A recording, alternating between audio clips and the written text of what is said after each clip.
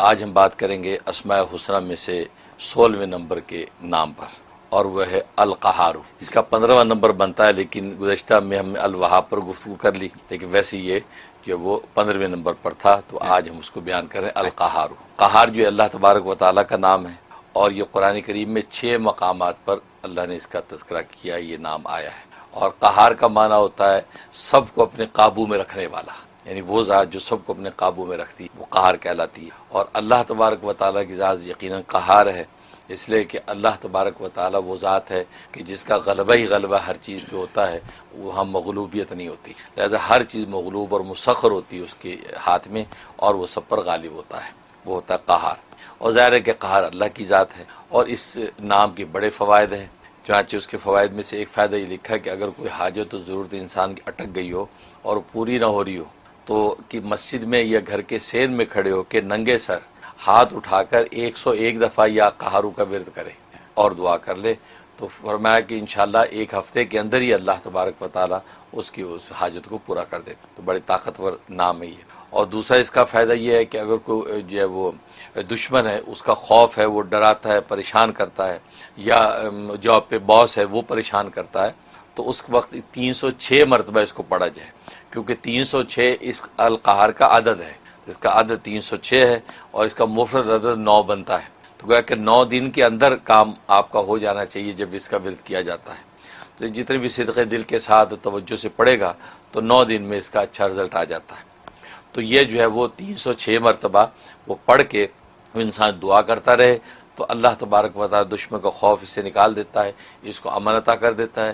اگر باس ہے یا جاب پہ ملازمت میں یا کہیں بھی کسی بھی قسم کی دشواری ہے تو اللہ تبارک و تعالیٰ اس کو آسان کر دیتا ہے۔ اور تیسرا ایک فائدہ یہ ہے کہ اگر انسان کے اندر جو ہے وہ مردانہ طور پہ کمزوری محسوس کرتا ہے تو اس کے لیے اس میں بڑی تاثیر ہے یا قہارو۔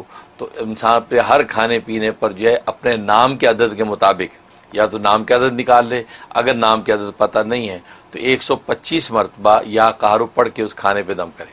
تو صبح دوپہر شام کے کسی ایک کھانے کے وقت میں یہ پڑھ کے پھونک دیا کرے، اول آخر 3 مرتبہ درود ابراہیمی۔ انشاءاللہ ہر طرح کی اللہ تبارک و تعالیٰ قوت اور طاقت عطا کرتے ہیں، بہت مجرب اور مؤثر نام ہے یہ۔ اور ایک فائدہ اس کا یہ ہے کہ انسان جو ہے وہ چاہتا ہے کہ وہ اس سے ایسے احوال اس پر ظاہر ہوں کہ جس سے لوگوں میں وجاہت اور عزت بڑھے، کوئی ایسا عمل اس سے، کوئی ایسا قول، کوئی ایسی بات اس سے ظاہر ہو جائے کہ لوگوں میں اس کی عزت و مرتبہ بڑھ جائے، لوگ اس کے جو تابعدار ہو جائیں، اس کے لیے اس میں بڑی تاثیر ہے۔ اس میں یا تو یہ اپنے نام کے عدد کے مطابق یا 313 مرتبہ یہ اس کا ورد کرے، اس کا ورد، اور کب کرے؟ یہ فرض اور سنت کے درمیان، جن نمازوں میں فرض اور سنت ہیں تو وہاں ان نمازوں میں، مطلب فجر ہے فرض، وہاں سنتیں ہیں، لہٰذا سنت پڑھ کے یہ ورد کرے، پھر فرض پڑھے۔ اس طرح ظہر ہے، اس طرح عصر میں بھی سنت غیر مؤکد آتی ہیں، پھر اسی طریقے سے عشاء ہے۔ تو گویا کہ 4 نمازوں میں فرض اور سنت کے درمیان اسے یہ ورد کرنا ہے، ورد کر کے اس نے جو ہے اپنے اوپر پھونک لینا، دم کرنا، اس کے بعد جو ہے وہ اپنے فرض نماز کے لیے کھڑا ہوتا ہے۔ تو انشاءاللہ اس میں بڑی زبردست تاثیر ہے کہ اللہ تبارک و تعالیٰ اس کی شخصیت کو ایسا بنا دیں گے کہ لوگوں پر اس کا رعب اور ہیبت بھی رہے گی، اور ایسے احوال ظاہر ہوں گے کہ لوگ اس کی مسخر اور مفتو ہو جائیں گے۔ ہاں، یہ عام طور پہ اس کو تسخیر خلائق کہتے ہیں کہ عام لوگوں کے تسخیر خلائق کا وہ عمل مل جائے، تو اس کے اندر بڑی تاثیر ہے۔ تو یہ اس کے فوائد ہیں۔ اور جہاں تک خواب میں تعبیر کا تعلق ہے، اگر خواب میں یہ نام سنا، یہ لکھا پڑا، تو اس کا مطلب ہے کہ اللہ تبارک و تعالی جو ہے اس کو ایک ایسا بیٹا عطا کریں گے، اولاد نرینہ عطا کریں گے کہ جو اولاد جو ہے اس کی عزت و مرتبے اور قوت کا باعث بنے گی، یعنی اس کے لیے ناہنجار اولاد نہیں ہوگی کہ اس کے لیے کل کو پرابلم، بلکہ اس کی قوت اور طاقت کا باعث بنے گی۔ ایسی اولاد اللہ، بیٹا یا بیٹی جو بھی ہو، وہ اس کی قوت اور طاقت کا جو ہے وہ باعث بنے گی۔ تو یہ اس کے لیے بشارت ہوتی ہے اگر خواب کے اندر دیکھیں۔ الجبار جو ہے یہ قرآن کریم میں 1 مرتبہ آیا ہے، اور یہ عجیب نام ہے، اس کا معنی ہے بہت زبردست ذات کو الجبار کہتے ہیں۔ اور اس کے 3 مفہوم ہیں جبار کے۔ ایک مفہوم اس کا یہ کہ بہت زیادہ عظمت و شان والا، ایسی عظمت و شان، ایسا قہر و غلبہ، یہ ایسا کسی دوسری ذات کو حاصل نہیں ہو سکتا جو اس ذات کو حاصل ہوتا ہے۔ اور ایک معنی یہ ہے کہ یہ گویا کہ جبیرہ سے ہے، مطلب یہ ہے کہ یہ کاموں کو درست کرنے والا، یعنی ٹوٹی ہڈیوں کو جوڑنے والا، اور وہ جبار کے علاوہ کوئی نہیں ہے، کیونکہ یہ ہڈی کا ایک عجیب نظام ہے کہ ہڈی جب ٹوٹ جائے تو کوئی دنیا کی طاقت اس کو جوڑ نہیں سکتی۔ یعنی اطباء کا اتفاق ہے اس بات پہ کہ ہڈی کو ہم جوڑتے نہیں ہیں بلکہ اس کو اپنی جگہ پہ فکس کر کے لگا دیتے ہیں. That's it. ہمارے پاس ایسا کوئی مرہم نہیں ہے جو اس کو جوڑے. ہاں جب فکس کر کے لگا دیتے. اب اللہ تبارک و تعالیٰ اس کے اندر عجیب ایک نظام چلاتے ہیں, ایسا مایہ خارج ہوتا ہے کہ جو اس کو جوڑتا ہے. اسے اللہ کو جبار کہتے ہیں کہ ہڈیوں کو جوڑنے والی ذات صرف اللہ کی, کو اور جوڑ ہی نہیں سکتا, اس لیے جبار ہے. اور ایک یہ اس کا معنی عظمت کے ہیں کہ جس بلندی اور عظمت کی شان اللہ تبارک و تعالیٰ کو حاصل ہے وہ دنیا کسی دوسری ذات کو حاصل نہیں ہے. تو گویا کہ اس معنی میں جو ہے یہ جبار ہے. ہمارے اردو میں تو جابر کا لفظ استعمال کیا جاتا ہے کہ جو ظالم ہو, لیکن عربی میں جابر کا لفظ استعمال کیا جاتا ہے ٹوٹی ہڈی کو جوڑنے والا. اس لیے حدیث میں دعا آتی ہے یا جابر العظم الکثیر, اے ٹوٹی ہڈیوں کو جوڑنے والے میرا فلاں ٹوٹا ہوا کام کر دے, فلاں کر دے. کیونکہ دل جب ٹوٹ جاتے ہیں, ٹوٹے دلوں کو بھی اللہ ہی جوڑتا ہے, کسی اور کا بس نہیں ہے کہ اس کو جوڑ سکے. تو اس لیے حدیث میں اس کو جابر العظم الکثیر کا, ٹوٹی ہڈی کو جوڑنے والا. اور پھر یہ کہ اس ذات کو قہر و غلبہ ایسا اس کائنات میں حاصل ہوتا ہے کہ اس کی سلطنت کے اندر کوئی اس کی منشا اور مرضی کے خلاف نہیں کر سکتا. یہ جب ارادہ کرتا ہے کہ مجھے یہ کرنا ہے تو پھر وہی ہو کے رہتا ہے.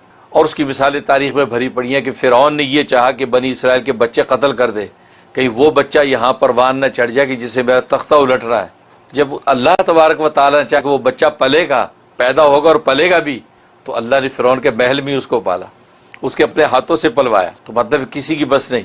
نمرود نے چاہا کہ آگ کے اندر ابراہیم خلیل اللہ علیہ السلام کو جلا کے راکھ کر دوں, جب اس نے نہیں چاہا تو آگ جو ہے وہ ابراہیم کے لیے گل و گلزار بن گئی, اس کو جلا نہیں سکی.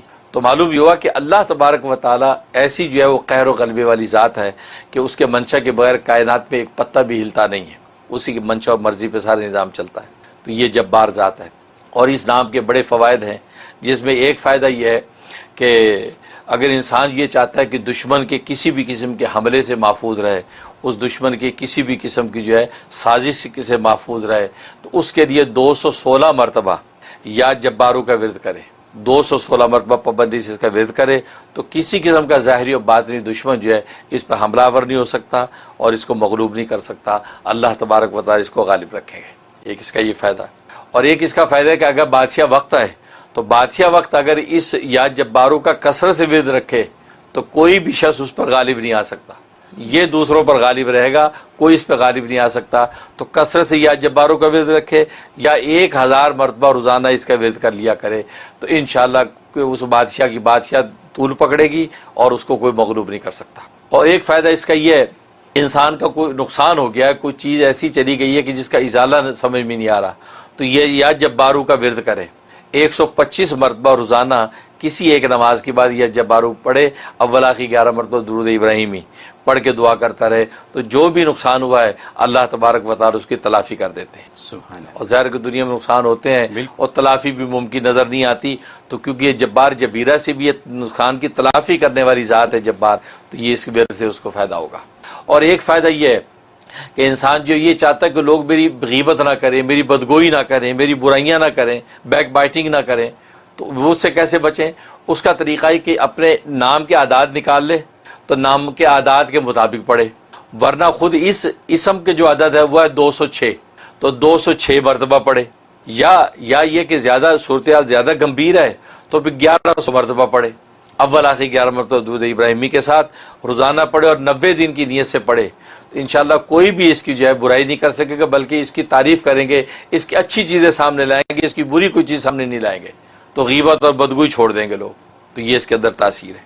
اور باقی یہ ہے کہ اس کی جہاں تک خواب میں تعبیر کا تعلق ہے, اس کا مطلب اگر خواب کے اندر یہ نام دیکھا یا سنا تو اللہ تبارک و تعالی اس کو دشمنوں کے سامنے مغلوب نہیں ہونے دیں گے, اس کو غالب بھی رکھیں گے اور دشمن اس کے سامنے مغلوب رہیں گے. اور دوسرا مطلب یہ کہ جو اس کے نقصانات ہو گئے, کوئی ایسی تکلیف اس کو پہنچ گئی ہے, تو اللہ تبارک و تعالی بہت جلد اس کا جو ازالہ کر دیں گے اور اس نقصان کی اس کی تلافی ہو جائے گی. تو گویا کہ یہ اس کے لیے بشارت ہے. تو اس کو چاہیے کہ 2 رکعت نماز شکرانہ ادا کرے, اللہ کا شکر کرے, دعا خیر مانگ لے, تو اللہ اس نام کا پورا اثر اس کو عطا فرما دے. الہاکم التکاثر, گویا کہ یہ کثرت کی حرص نے انسان کو جو ہلاکت میں ڈال دیا, اس کے حرص غفلت میں ڈال دیا کہ اس کو کثرت چاہیے, مال کی بھی کثرت چاہیے, اولاد کی بھی کثرت چاہیے, حکومت اقتدار کی بھی کثرت چاہیے, ضمیر و خطے کی بھی کثرت چاہیے.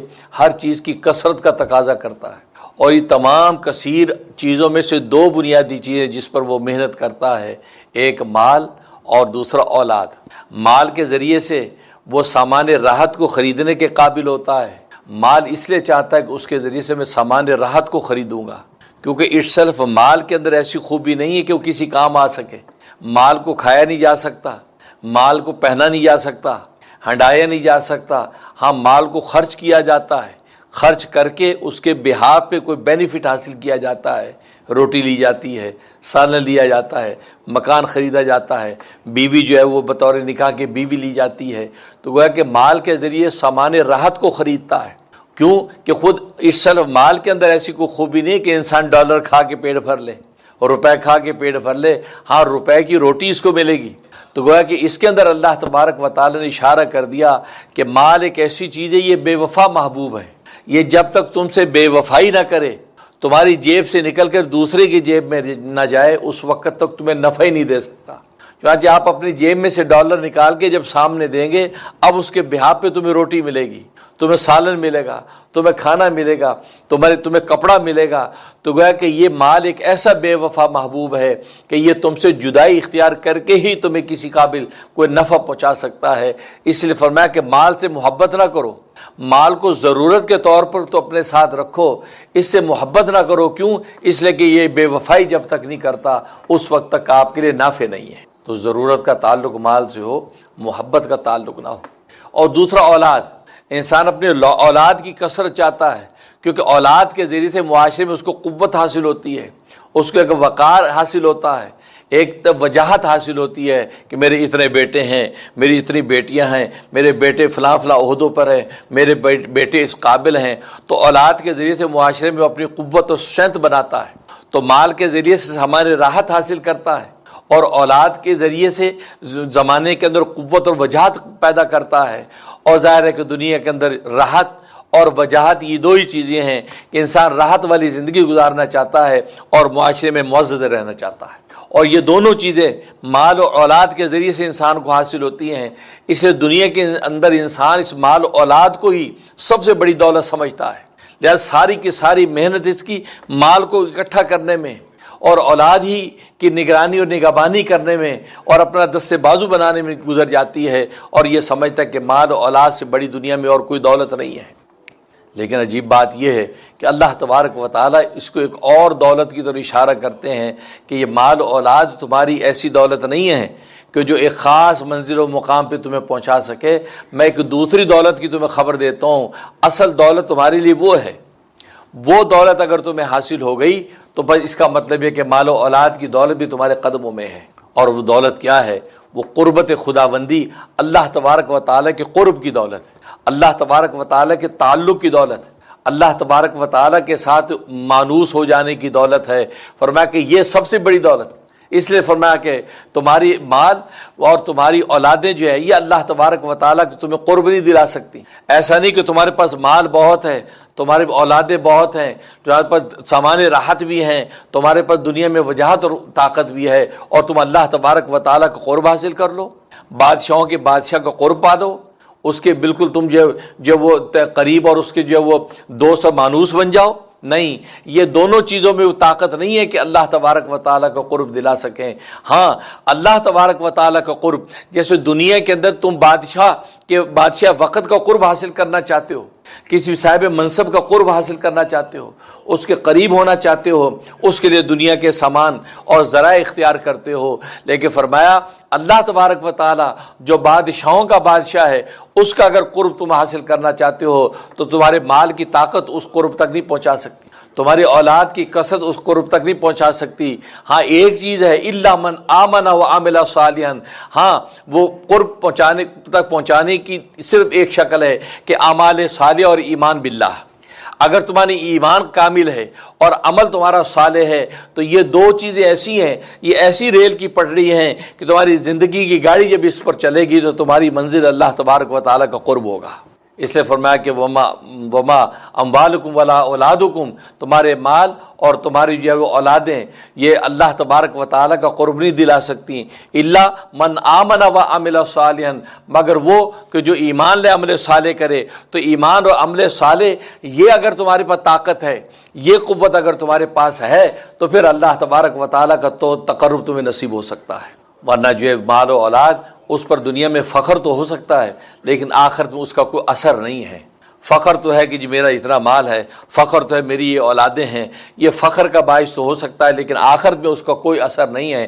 اللہ تبارک و تعالیٰ کے ہاں اس کے ذریعے تمہیں کوئی قرب نہیں مل سکتا۔ اگر اللہ تبارک و تعالیٰ کے قرب اگر چاہتے ہو تو اس کی ایک ہی شکل ہے ایمان اور عمل صالح۔ ایمان عمل صالح، جب یہ اسٹرینتھ اور طاقت تمہارے پاس ہوگی تو اللہ تبارک و تعالیٰ کو قرب تمہیں نصیب ہوگا۔ جب بادشاہوں کے بادشاہ کا قرب تمہیں ملا، تمہارے مال بھی تمہارے قدموں میں ہوں گے، تمہاری اولادیں بھی تمہارے لیے راحت اور طاقت بنیں گی۔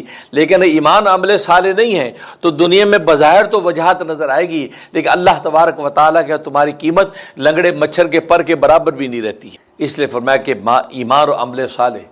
اب رہا یہ سوال کہ ایمان اور عمل صالح تو بہت سے لوگوں کے پاس ہے لیکن ان کو وہ اللہ تبارک و تعالیٰ کا قرب حاصل نہیں ہے۔ 5 وقت کی نماز بھی پڑھتے ہیں، روزے بھی رکھتے ہیں اور اسی طریقے سے ایمان باللہ بھی ان کا موجود ہے، اس کے باوجود اللہ تبارک و تعالیٰ کو وہ تعلق اور وہ خاص جو ہے اللہ تبارک و تعالیٰ کے ساتھ نسبت تو حاصل نہیں ہے۔ اس کا جواب اصل میں یہ ہے کہ یہ اللہ تبارک و تعالیٰ کا دستور ہے، جب تک کوئی چیز اپنے کمال تک نہ ہو، اس کے اندر کامل صفات جب تک موجود نہ ہو، اس پر حکم نہیں لگایا جا سکتا۔ اب دودھ ہے، دودھ کے منافع سب جانتے ہیں کہ دودھ کا یہ فائدہ ہے، دودھ کیلشیم ہے، دودھ ہڈیوں کو بناتا ہے، دودھ انسان کی پرورش کی اور قوت دیتا ہے، لیکن دودھ حقیقت میں دودھ ہو، اگر وہ خالص دودھ نہیں ہے بلکہ اس پر پانی غالب ہے اور کہنے کو دنیا اس کو دودھ کہتی ہے لیکن دودھ کے اوصاف کامل اس کے اندر موجود نہیں ہیں، تو دودھ سے جو بینیفٹ انسان کو حاصل ہو سکتے ہیں وہ حاصل نہیں ہوں گے۔ اسی طریقے سے کہتے ہیں پانی پیاس بجھاتا ہے، تو پانی پیاس اس وقت بجھائے گا کہ جب پانی ہو اور اس کی جو ایک سرٹن مقدار معتدل مقدار ہو، اب وہ آپ پانی پئیں گے تو پیاس بجھائے گا۔ اگر آپ 1 چمچ پانی کسی کو پلا دیا، کیا پیاس بجھی؟ جی نہیں بجھی، کبھی میں نے تو پانی پلایا تمہیں، کہنے کو تو 1 چمچ پانی ہے اور اسے پی بھی لیا ہے، پیاس بجھی نہیں۔ کیوں نہیں بجھی؟ اس لیے بجھی کہ ایک تو یہ کہ پانی کی مقدار معتدل بھی ایک سرٹن مقدار ہونی چاہیے، کوانٹٹی، 1 گلاس لبالب بھرا ہوا پانی کا ہو، اور دوسرا ٹھنڈا پانی ہونا چاہیے۔ اب ٹھنڈا پانی کا گلاس ہو اور لبالب بھرا ہو، اب یہ پیاسا پیے گا تو پیاس بجھ جائے گی، کیوں کہ پانی اپنے کامل اوصاف کے ساتھ جب بدن کے اندر گیا ہے تو اس نے اپنے اثر کو دکھایا ہے۔ لیکن اگر اس کی مقدار بھی ناقص اور اس کے اوصاف بھی ناقص ہوں تو اس وقت تک جو ہے انسان کی پیاس نہیں بجھ سکتی۔ اس لیے ضروری ہے کہ جب تک کوئی چیز اپنے کمال کے ساتھ ظاہر نہیں ہوتی اس وقت تک اس پہ حکم نہیں لگتا۔ بالکل اسی طریقے سے ایمان اور عمل صالح یہ اگر کسی کے اندر ہیں اور اس کے اوصاف کامل نہیں ہیں، ایمان ہے بس ایسا لنگڑا لولا، اعمال صالح ہیں ایسے ٹوٹے پھوٹے ہیں، بظاہر کہنے کو تو مسلمان ہے، کہنے کو تو نمازی ہے، کہنے کو تو روزے دار ہے، لیکن اس کے کامل اوصاف نہیں ہیں، تو اس کا مطلب ہے کہ اس کا اثر ظاہر نہیں ہوگا۔ اس کے لیے ضروری ہے کہ کامل اوصاف۔ اب ایمان اور عمل صالح کے کامل اوصاف کیا ہیں؟ یہ اس کے تین کامل اوصاف ہیں، ایک علم، دوسرا عمل اور تیسرا حال۔ علم، عمل اور حال، یہ 3 اوصاف اس ایمان عمل صالح کے اندر ہونے چاہیے۔ علم کا مطلب یہ ہے کہ آپ کو اس چیز کا علم ہو کہ ایمان کیا چیز ہے، اور ایمان باللہ کا مطلب کیا ہے، ایمان بالملائکہ کا مطلب کیا ہے، ایمان بالانبیاء کا مطلب کیا ہے، ایمان بالآخرہ کا مطلب کیا ہے، آمنت باللہ وملائکتہ وکتبہ ورسلہ والیوم الآخر، تو یہ اس کا مطلب کیا ہے، اس کا علم۔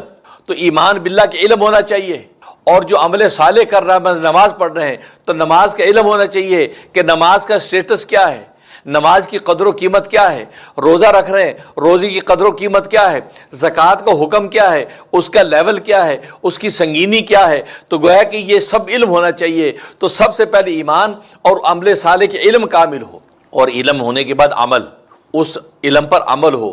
آپ اللہ پر ایمان رکھتے ہیں تو عملی زندگی کے اندر بھی ظاہر ہو کہ واقعہ پر اللہ پر ایمان رکھتے ہیں، اللہ کے غیر پر آپ کی نگاہ نہیں ہے۔ آخرت پہ ایمان رکھتے ہیں تو واقعہ آپ کی عملی زندگی بتائے کہ واقعہ آپ آخرت پہ ایمان رکھتے ہیں اور دنیا پر آپ کی نظر نہیں ہے۔ تو گویا کہ یہ عمل، اسی طرح عمل صالح، نماز کا پتہ نماز فرض ہے تو آپ واقعی نماز پڑھ کے دکھائیں، اس لیے کہ نماز کے فرض ہونے کا علم ہونا آپ کے لیے کافی نہیں ہے جب تک نماز پڑھ کے نہیں دکھائیں گے، روزے کے فرض ہونے کا علم کافی نہیں ہے جب تک روزہ رکھیں گے نہیں، زکوٰۃ کے فرض ہونے کا علم کافی نہیں ہے جب تک کہ آپ زکوٰۃ ادا نہیں کریں گے۔ تو گویا کہ علم کے بعد عمل، اس ایمان اور عمل صالح پر عمل ہونا چاہیے، عملی زندگی آپ کی نظر ہے کہ واقعی آپ نمازیں پڑھتے نظر آتے ہیں، روزے رکھتے نظر آتے ہیں، زکاتیں دیتے نظر آتے ہیں، لبیک اللہم لبیک کے نعرے لگا کر جو بیت اللہ کی طرف جاتے نظر آتے ہیں۔ عمل، اور عمل کے بعد تیسرا درجہ حال، اس لیے کہ بس اوقات ایسا ہوتا ہے کہ انسان عمل کرتا ہے، نماز کبھی چھوٹ گئی تو چھوٹ گئی، روزہ کبھی رہ گیا تو رہ گیا، زکوٰۃ دینے میں کوئی بہانہ بازی کی زکوٰۃ رہ گئی، تو عمل ایسا ہے۔ لیکن تیسرا حال، حال کا مطلب یہ ہے کہ وہ جو عمل ہے وہ آپ کی طبیعت کا حال بن جائے، اور ایسا حال بن جائے کہ جب تک وہ عمل آپ کر نہ لیں اس وقت تک آپ کو چین نہ آئے۔ یہ وہ تیسری کیفیت حال کی، آپ کا حال بن جائے، وہ شریعت آپ کا حال بن جائے، وہ طریقت آپ کا حال بن جائے، وہ اخلاق حسنہ آپ کا حال بن جائے، عمل تک نہ رہے۔ اس لیے کہ بس اوقات انسان سے عمل تک اگر رہتا ہے اور حال نہیں بنتا تو نماز کبھی پڑھی اور چھوٹ گئی تو انسان کو قلق نہیں ہوتا کہ چلو کوئی نہیں پھر پڑھ لیں گے۔ تبھی تو حضرت حکیم علومت تھانوی، مولانا اشرف علی تھانوی قدس سرہ نے نمازیوں کی چند قسمیں لکھی ہیں، فرمایا نمازیوں کی 6 قسمیں ہیں۔ ایک نمازی اصلی، کہ جو اصلی نمازی ہیں، واقعی پکے نمازی ہیں، ہر حال میں نماز ان کی ادھر سے ادھر جانے والی نہیں، گویا کہ یہ وہ لوگ ہیں نماز ان کا حال بن گئی ہے، جب تک نماز نہ پڑھ لیں ان کو چین نہیں پڑتا ہے، نماز چھوٹ جائے تو بچے ماہی بے آب کی طرح تڑپتے ہیں۔ اصلی نمازی، اصلی نمازی، جیسے لکھا ہے نا کہ سیدنا امیر معاویہ رضی اللہ تعالیٰ عنہ، ان کا ایک مرتبہ جو ہے وہ تہجد کی نماز چھوٹ گئی، تہجد کی نماز چھوٹ گئی، آنکھ نہیں کھلی، اب جب صبح اٹھے ہیں تو سارا دن ان کو قلق اور افسوس رہا، اس لیے کہ آپ جانتے ہیں کہ صحابہ کرام رضوان اللہ علیہم اجمعین وہ تو تہجد عام روٹین کے مطابق پڑھا کرتے تھے۔ آج تو تہجد پڑھنے والا کہتے ہیں کہ بڑا ولی بھی تہجد پڑھتا ہے، وہاں عام روٹین تھی تہجد پڑھنے کی، اب آپ کی تہجد چھوٹی تو سارا دن آپ روتے گزاری، سارا دن رو رہے ہیں، استغفار کر تڑپ رہے، ہائے میری تہجد چھوٹ گئی، ہائے وہ تہجد چھوٹ گئی، وہ گیا وقت واپس کیسے آئے گا، گزرا زمانہ واپس آتا نہیں۔ اب اگلے دن جب رات کو سوئے ہیں، عین تہجد کا وقت ہوا تو کسی نے آپ کا انگوٹھا پکڑ کے جگایا، آپ نے آنکھ کھولی تو سامنے ایک شخص، آپ نے کہا تو کون ہے؟ اس لیے کہ سیدہ امیر معاویہ رضی اللہ تعالیٰ کے زمانے میں ظاہر کو مار کی اور جنگیں چل رہی تھیں تو پہرا بہت سخت تھا، محل کا ایسا سخت پہرا تھا کہ چڑیا بھی پر نہیں مار سکتی تھی۔ اب یہ آدمی اندر کھڑا ہے تو آپ نے اس کو پکڑ لیا، تو کون ہے؟ اندر کیسے آیا؟ دربان نہیں ہے بھائی؟ کہا کہ اس روشن دان سے آیا ہوں۔ ہیں وہ کیسے؟ کہا کہ میں ابلیس ہوں، میں ابلیس ہوں، آپ کو تہجد کے لیے جگانے آیا ہوں۔ اس نے کہا تو ابلیس ہو کر مجھے تہجد میں جگانے آیا کیوں؟ کہا کہ اصل میں بات یہ ہے، پہلی بات تو ہے کہ آپ میرا شکریہ کریں، آپ کو تہجد کے لیے جگا دیا، آپ الٹا مجھے ڈانٹ رہے ہیں۔ کہا کہ نہیں، تو شیطان ابلیس ہو کر مجھے تہجد میں جگا، یہ کیسے ہو سکتا ہے؟ اصل میں کوئی اور راز ہے، بتا ورنہ میں تجھے قتل کرتا ہوں۔ تو کہنے لگا اصل بات یہ، کل آپ کی تہجد کی نماز چھوٹ گئی تھی تو سارا دن آپ اتنا روئے ہیں، اتنا روئے ہیں، اتنی ندامت کی ہے کہ اللہ تبارک و تعالی نے ملائکہ کو حکم دیا کہ 100 تہجد کا ثواب لکھ دو، ایک تہجد نہیں 100 تہجد کا ثواب لکھ دو۔ اتنا صدمہ اور ندامت، 100 تہجد کا ثواب ملا تو مجھے خطرہ ہوا کہ یہ نہ ہو کہ آج پھر یہی ہو اور پھر 100 تہجد لے جائیں۔ میں نے سوچا آج جگا دوں، ایک ہی تہجد پڑھے، کیونکہ پڑھیں گے تو ایک تہجد کا ثواب ملے گا اور یہاں تو 100 تہجد لے جائیں گے رو رو کے۔ تو گویا کہ ندامت اللہ کو بڑی پسند، گناہوں پر استغفار یہ جو ہے وہ نیکیوں پر استکبار سے افضل ہے، یعنی نیکی پر تکبر کرنا اس سے افضل یہ ہے کہ انسان گناہوں پر نادم رہے۔